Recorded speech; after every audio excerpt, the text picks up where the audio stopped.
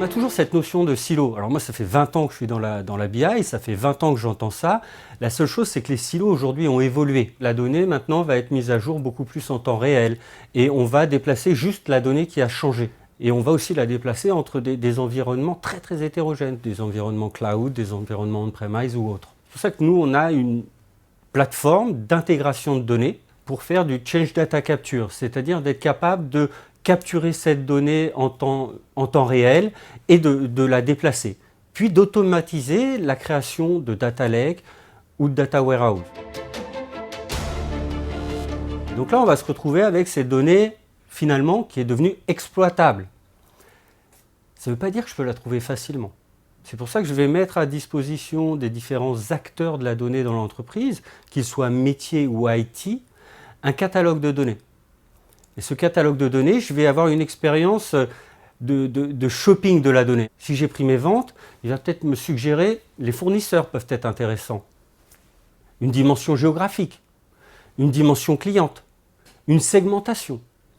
Et donc, il va me faire tout un tas de recommandations. Aujourd'hui, on se rend compte qu'on parle beaucoup moins de big data, mais on se met à parler de wide data. C'est-à-dire que ce n'est pas forcément le volume qui est extrêmement important, c'est la vision périphérique qu'on va pouvoir tirer de ce volume.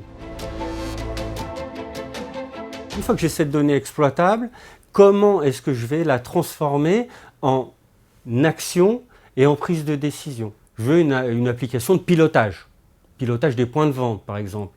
Et donc là, on a des exemples comme Picard, comme The Couples qui utilisent nos solutions pour piloter leurs points de vente et c'est utilisé, ClickSense est utilisé dans les points de vente. Mais on a aussi parfois besoin d'exposer cette information à l'extérieur de l'entreprise. Donc là, je suis embarqué dans un autre site web, comme je pourrais être embarqué dans d'autres types de logiciels. C'est ce qu'on appelle l'OM. Et de la même manière, on va retrouver des applications proches du processus métier, mais issues de données de type IoT. Si je prends Alstom, ils utilisent les solutions Qlik pour faire de la maintenance prédictive sur leur RAM. C'est ce moteur associatif qui, couplé avec l'intelligence artificielle et l'intuition humaine, c'est-à-dire la connaissance fonctionnelle des différents métiers et leur expérience, qui va créer ce que nous on appelle l'intelligence augmentée. C'est effectivement de permettre aux métiers d'interagir beaucoup plus facilement avec la donnée. Le chatbot va adresser ce type de problématique et pareil, pour des utilisateurs qui n'ont pas forcément besoin de graphique, va répondre à des questions très simples qui sont liées à cette donnée et qui vont en fait démocratiser l'accès à cette donnée et permettre aux utilisateurs d'avancer sur ce chemin qu'est la data literacy. Notre vision chez Qlik, c'est un monde data literate ou alphabétisé. Beaucoup d'entreprises font un investissement pour former les gens à une technologie.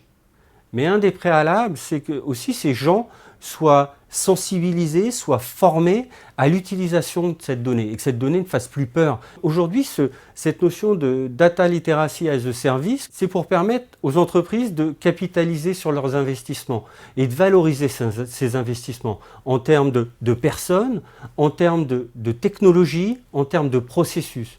Mais avec une seule finalité, c'est de permettre à tous d'être capables de comprendre la donnée, de travailler avec cette donnée, d'argumenter avec cette donnée.